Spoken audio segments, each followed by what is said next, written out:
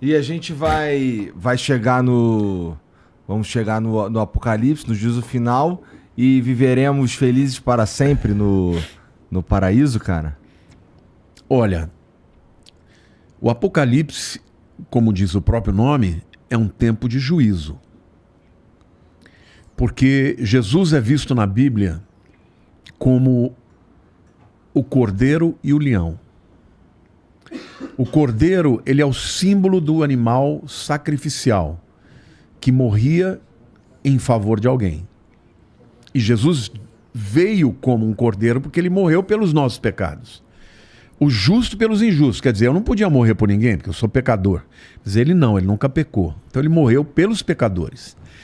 Para que quem cresce nesse sacrifício fosse salvo. É isso que a Bíblia diz. Deus amou o mundo de tal maneira que deu seu único filho para que todo aquele que nele crê não pereça, mas tenha vida eterna. João 3,16. Aí, acertei? Igor, você já tá perfeito. João 3,16. Agora, Deus também, a Bíblia diz que a base do seu trono é justiça e juízo. Existe muita injustiça neste mundo que precisa ser reparada. E Deus está dando um tempo para a humanidade se arrepender. Quando chegar o tempo, aí vem o juízo. Aí vai ser um pega para capar. Mas mesmo nesse período do juízo, vai haver a oportunidade das pessoas se converterem, se entregarem a Deus e serem salvas. Quem não quiser, aí vai estar na presença de Deus e vai assumir as consequências da sua incredulidade. Então, hoje, isso que a gente está vendo, está tudo na Bíblia. Tudo isso que você está vendo...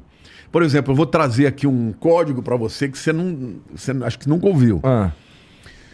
Você já ouviu falar de número da besta, marca da besta? 666. Você sabe o que é isso? É um, sei lá, não. Alguns É dizem... porque o Apocalipse, o livro de Apocalipse, ele é muito alegórico, é difícil... Tem coisas que são alegóricas, tem outras que são muito mais claras, mas você tem que entender no significado daquele tempo. Por exemplo, tem um tipo de estudo que chama gematria, que várias línguas antigas, o número delas era a letra. Tá. O grego tem, o hebraico tem. Por exemplo, no hebraico, a letra Aleph é a primeira letra. Ela também significa o número 1. O Beit é o segundo, é o número 2. Gimel 3, Dalet 4. Re 5, Vav 6. Então quando você fala... Tá inventando isso não, né, Lamartine? Não, isso tô aí Tô te zoando. Isso todo mundo sabe, todo mundo que estuda hebraico sabe, inclusive hoje é assim lá.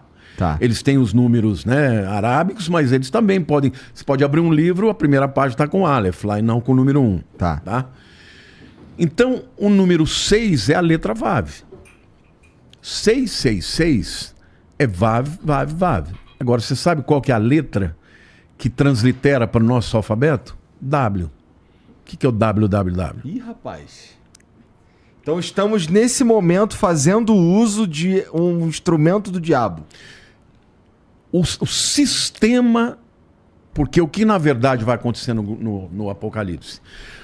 O mundo vai se tornar um mundo globalizado. Vai ter um governo único, vai ter uma moeda única, vão ter leis únicas. Você não está percebendo como as coisas estão caminhando para isso? Agora, para que isso fosse operacionalizado, você tem que ter um instrumento de controle. E quem é o instrumento de controle? É a internet, é o 5G, é o Wi-Fi. Porque cada vez mais hoje está tudo sendo digitalizado. Com isso vem o controle. Hoje você entra nos Estados Unidos, tem alguns lugares como Orlando, você não precisa mais passar o passaporte. O cara bateu, botou lá a sua imagem, ele já te reconheceu. Então, esse instrumento de controle só é possível através do sistema da internet. A internet é maravilhosa, você pode usar, mas um dia vai ser utilizado para fins de controle e de dominação.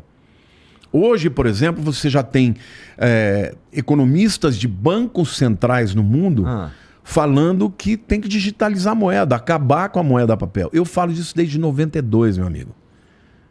Eu falo isso desde 92, que vai acabar a moeda, vai ser moeda única. Isso vai acontecer, porque quando você tem o dinheiro, você pegar o povo judeu, por exemplo. Ao longo da história, eles foram muito perseguidos. Como é que eles se viravam quando eles fugiam de um lugar para o outro? Eles iam com as malinhas dele, com as joias. E ouro, em qualquer lugar que você vai, vale dinheiro. Eles começavam a vida. Povo trabalhador e tal, né? Agora, cara, o dia que teu dinheiro não é mais papel, você é cancelado. Você tem e não tem. Não vai ter para onde correr. E a Bíblia fala que naquele tempo, quem não tiver essa marca não vai nem poder comprar e nem vender no supermercado.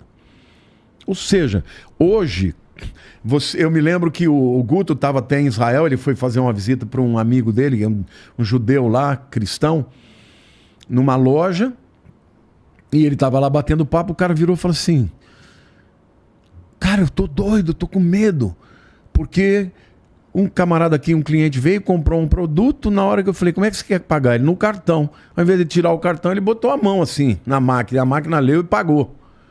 Ele falou, o que é isso? A mão direita, do jeito que a Bíblia diz.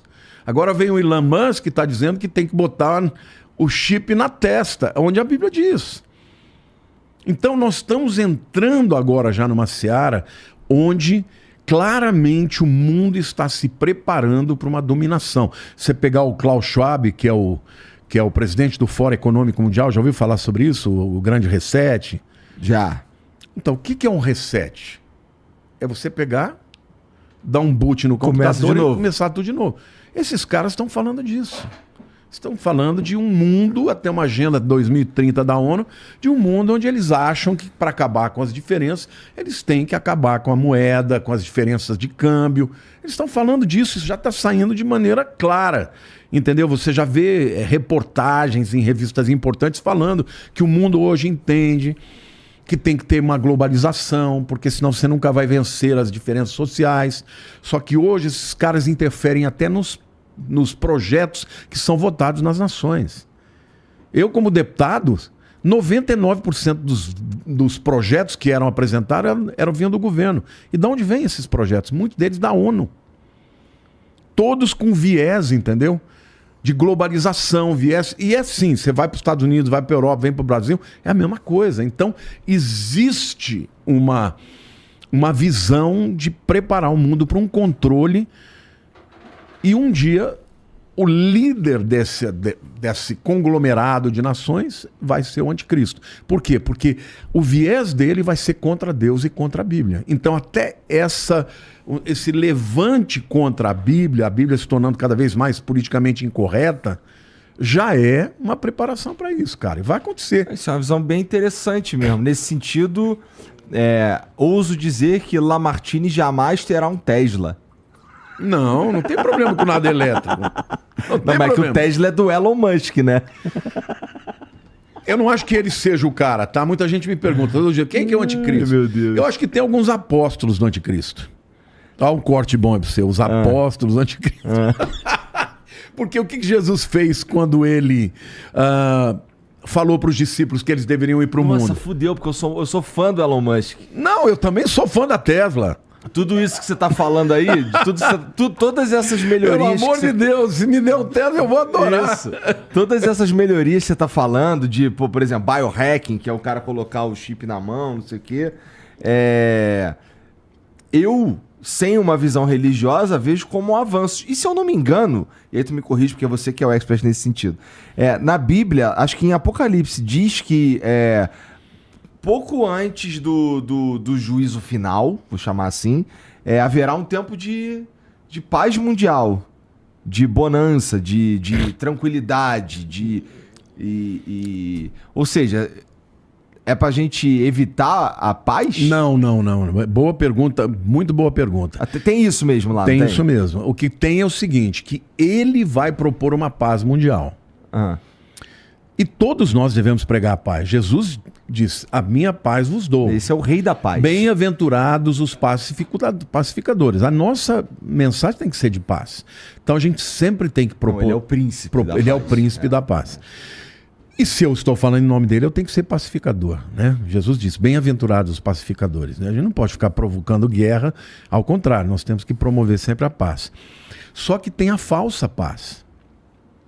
Qual é a falsa paz? É a paz que ela vai ser, num primeiro momento, a ausência de um conflito, eu acho que esse acordo de paz que vai dar o início à grande tribulação, porque em Daniel capítulo 9 diz que o anticristo ele vai iniciar o seu reinado com um acordo de paz com muita gente. Só que o acordo de paz dele vai ser o seguinte: o que é que prejudica a paz? Religião prejudica a paz. Então nós vamos ter que acabar com religião, porque religião é um preconceito que você tem com o outro. Então nós vamos ter uma religião que seja sincrética, que tem um pouco de todos, mas você não vai ter liberdade de manter a sua fé do jeito que é. Entendeu? Outra coisa, é uma paz, porém vocês vão ter que se submeter a mim. Porque é isso que o livro de Apocalipse fala. E nessa hora, quem não se submeter, ele vai matar.